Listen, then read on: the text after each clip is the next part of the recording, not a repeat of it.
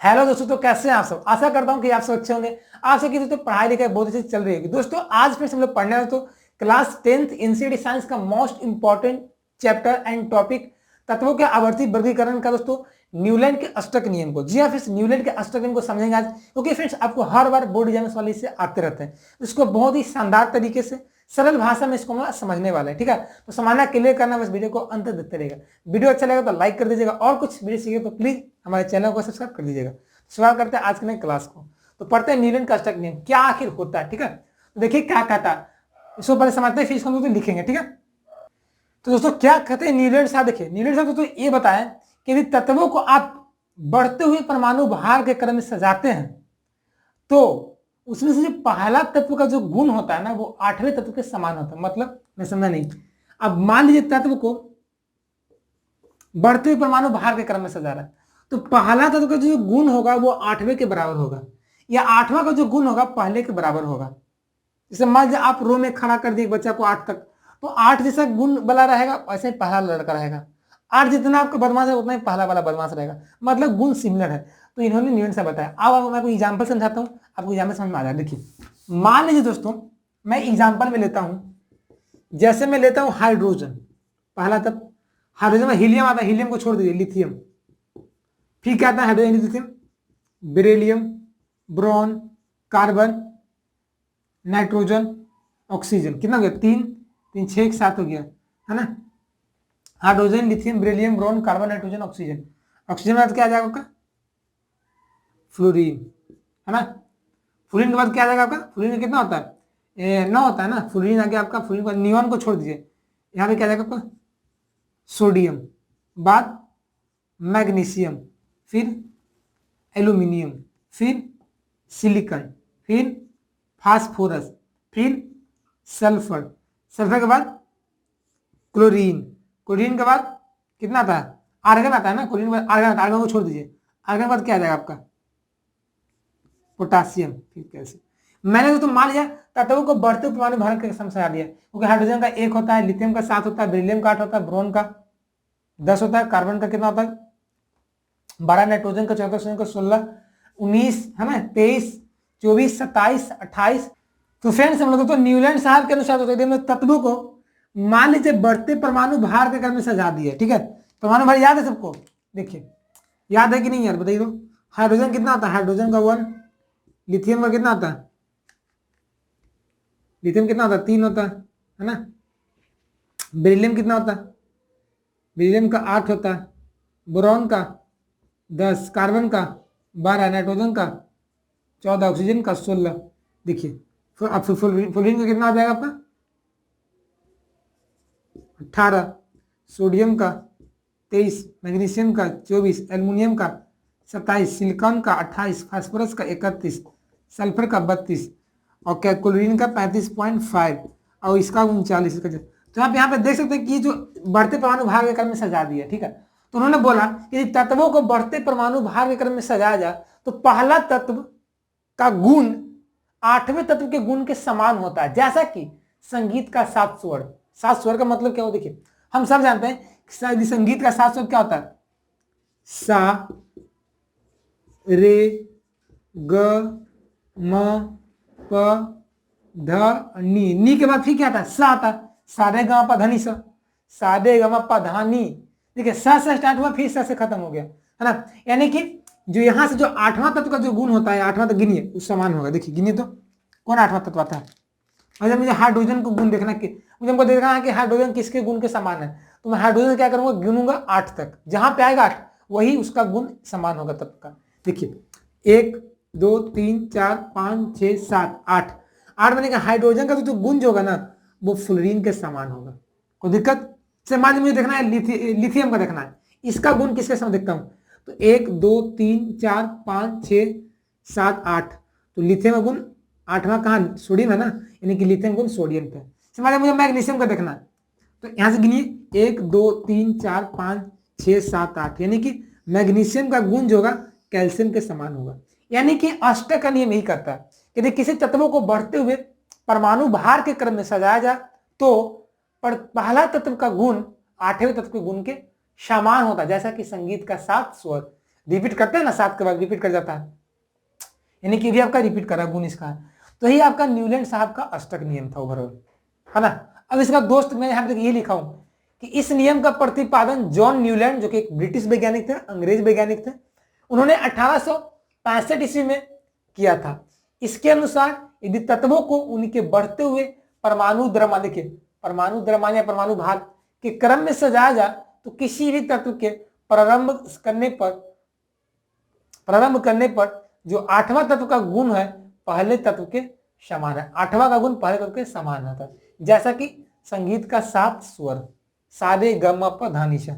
तो आपका ये हो गया, आपका क्या हो गया, ये न्यूलैंड साहब का एग्जाम्पल हो गया, ये नियम का था। अब इसका अपवाद क्या था, देखिए देखिए दोस्तों, हर चीज का अपवाद होता है। अपवाद देखता हूं इसका,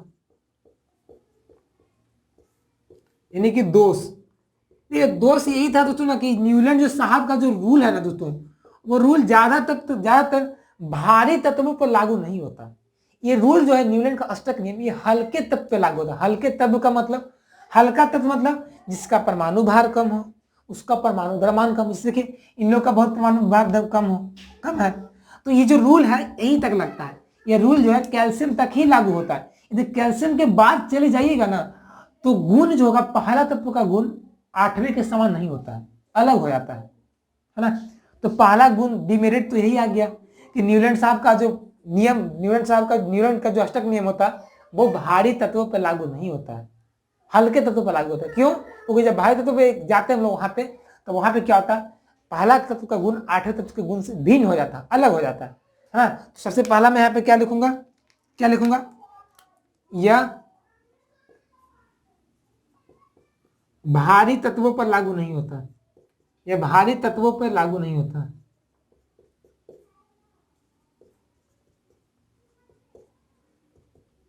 यह सिर्फ कम द्रव्यमान वाले,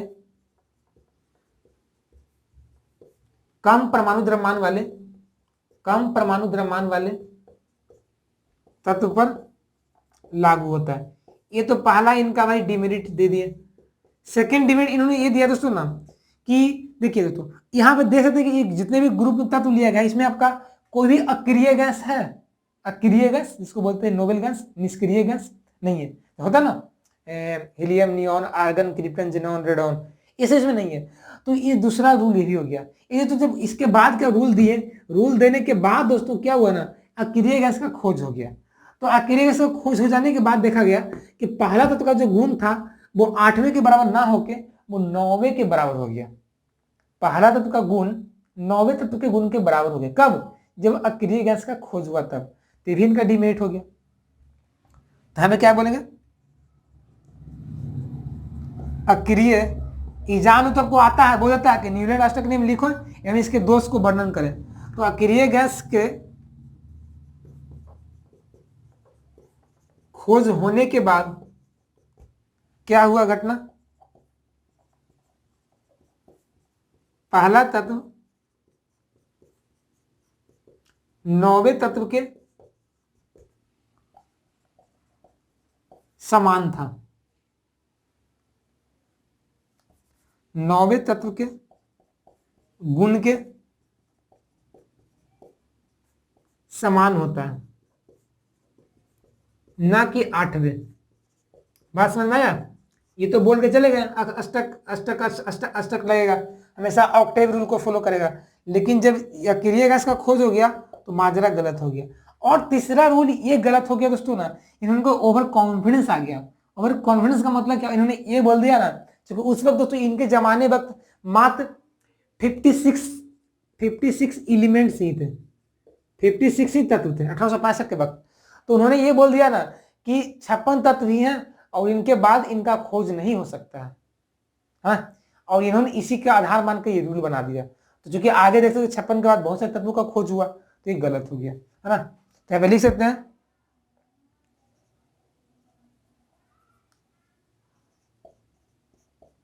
उस वक्त 56 तत्व ही